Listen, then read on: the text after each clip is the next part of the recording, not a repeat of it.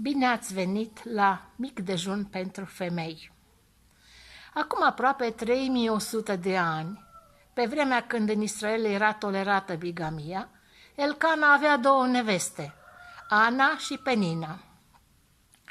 Penina avea copii, Ana nu avea. În fiecare an, Elcana și familia mergeau ca să se închine înaintea Domnului și să aducă jertfa. Când își aducea Elcana jertfa, dădea părți nevestei sale Penina pentru ea și pentru copiii ei, dar Anei îi dădea o porție dublă pentru că o iubea pe Ana. Dar Domnul o făcuse stearpă. Rivala ei o înțepa deseori ca să o facă să se mânie, pentru că Domnul o făcuse stearpă. Și în toți anii era la fel. Ori de câte ori se suia Ana la casa Domnului, Penina o înțepa la fel. Atunci ea plângea și nu mânca. Elcana soțului ei zicea: Ana, pentru ce plângi și nu mănânci? Pentru ce ți este întristată inima? Oare nu prețuiesc eu pentru tine mai mult decât 10 fii? Care era necazul Anei? În primul rând, nu putea avea copii și era mare rușine, mare ocară în vremea aceea să nu ai copii. O problemă de sănătate, spunem noi. În al doilea rând, între ea și cealaltă soție era dușmănie, o problemă de relații, spunem noi. În al treilea rând, toate acestea durau de ani de zile. O problemă de durată, cronică, spunem noi. Nu conta că soțul ei o iubea, nu conta că soțul ei își arăta dragostea față de ea. Ana se mânia, plângea și nu mânca. Și, dragile mele, nu era vorba de un mic dejun, prânz sau cină obișnuite. Mâncarea aceea avea o semnificație deosebită. Cine era vinovat de necazul ei? Ce a făcut Ana ani de zile?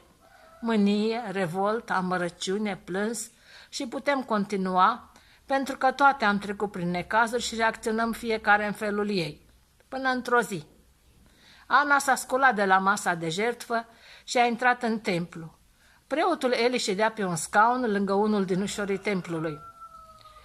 Și Ana se ruga Domnului cu sufletul amărât și plângea. Ea a făcut o promisiune Domnului și i-a spus: Doamne, dacă îmi vei da un băiat, îl voi închina Domnului. Fiindcă ea stătea și se ruga multă vreme înaintea Domnului, Eli se uita cu băgare de seamă la gura ei. Ana vorbea în inima ei, numai buzele și le mișca și nu se auzea niciun cuvânt. Eli credea că este beată. Până când vei fi beată? Du-te de te trezește. Ana a răspuns: Nu, Domnul meu, eu sunt o femeie care suferă în inima ei. N-am băut vin, ci îmi vărsam sufletul înaintea Domnului. Să nu mă iei drept o femeie stricată. Numai prea multa mea durere și supărare m-a făcut să vorbesc până acum. Eli i-a zis: Du-te în pace și Dumnezeul lui Israel să asculte rugăciunea pe care i-ai făcut-o. Și Ana a plecat, a mâncat și fața ei n-a mai fost aceeași. Ana a crezut din toată inima că Dumnezeu va răspunde rugăciunii ei. A rămas însărcinat, a născut un fiu și i-a pus numele Samuel. Dumnezeu a ascultat, căci a spus ea: De la Domnul l-am cerut. Când voi înțărca copilul, îl voi duce să fie pus înaintea Domnului și să rămână acolo pentru totdeauna, a spus ea soțului ei. Elcana era un om credincios. Îl iubea pe Dumnezeu, o iubea pe Ana și i-a spus: Fă ce vei crede. Conform legilor din vremea aceea, Elcana putea să nu fie de acord și Ana putea să fie dezlegată de promisiunea ei. Dar Elcana a respectat hotărârea soției lui.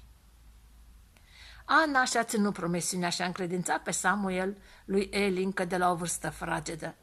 Domnul meu, eu sunt femeia aceea care stăteam aici lângă tine și mă rugam Domnului. Pentru copilul acesta mă rugam. Și Domnul a ascultat rugăciunea pe care o făceam.